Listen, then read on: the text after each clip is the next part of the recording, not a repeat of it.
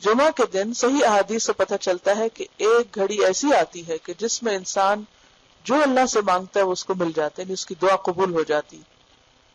اس ساعت کے متعین وقت میں اختلاف ہے، یعنی کس وقت ہوتی ہے یہ گھڑی، اس کے بارے میں کئی ایک روایات ملتی ہیں جو مختلف ہیں واہم۔ مسلم کی مفرد روایتوں میں حضرت ابو موسیٰ رضی اللہ عنہ کی حدیث ہے کہ امام کے منبر پر بیٹھنے کے وقت سے لے کر نماز کے ختم ہونے تک ہے۔ مسلم کی حدیث کے مطابق امام کے منبر پر بیٹھنے کے وقت سے لے کر نماز کے ختم ہونے تک۔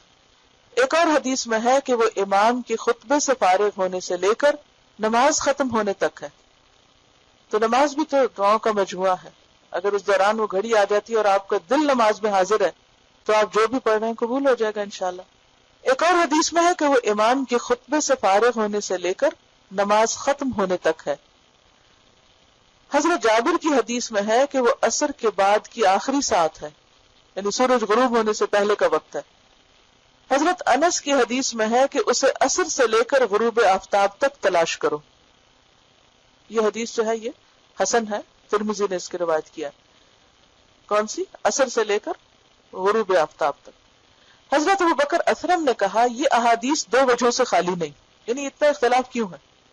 یا تو بعض احادیث بعض سے زیادہ صحیح ہوں گی، یعنی ایک وجہ تو یہ ہے، اور یا پھر یہ ساتھ مختلف اوقات میں منتقل ہوتی رہتی ہوگی، جیسا کہ لیلۃ القدر رمضان کی آخری 10 راتوں میں منتقل ہوتی رہتی، یعنی ایک جمعہ کو مثلا خطبے کے دوران کی گھڑی ہے اور پھر کسی اور میں نماز کے بیچ کی، کسی اور میں عصر کے وقت کی، تو اس وجہ سے ایک وقت نہیں بتایا، پھر تو کیا ہوتا اگر ایک وقت پتہ چل جاتا؟ بس اس وقت میں ہم تھوڑا سا اہتمام کر لیتے اور باقی وقت بھول جاتے۔ یا یہ بھی ہو سکتا ہے کہ یہ سارے اوقات ہوں، یعنی اگر ایک گھڑی مس ہو گئی تو اگلی پہ آپ کیچ کر لیں اس کو، وہ مس ہو گئی تو اگلی پہ چلے جائیں، تاکہ بار بار دھیان رہے۔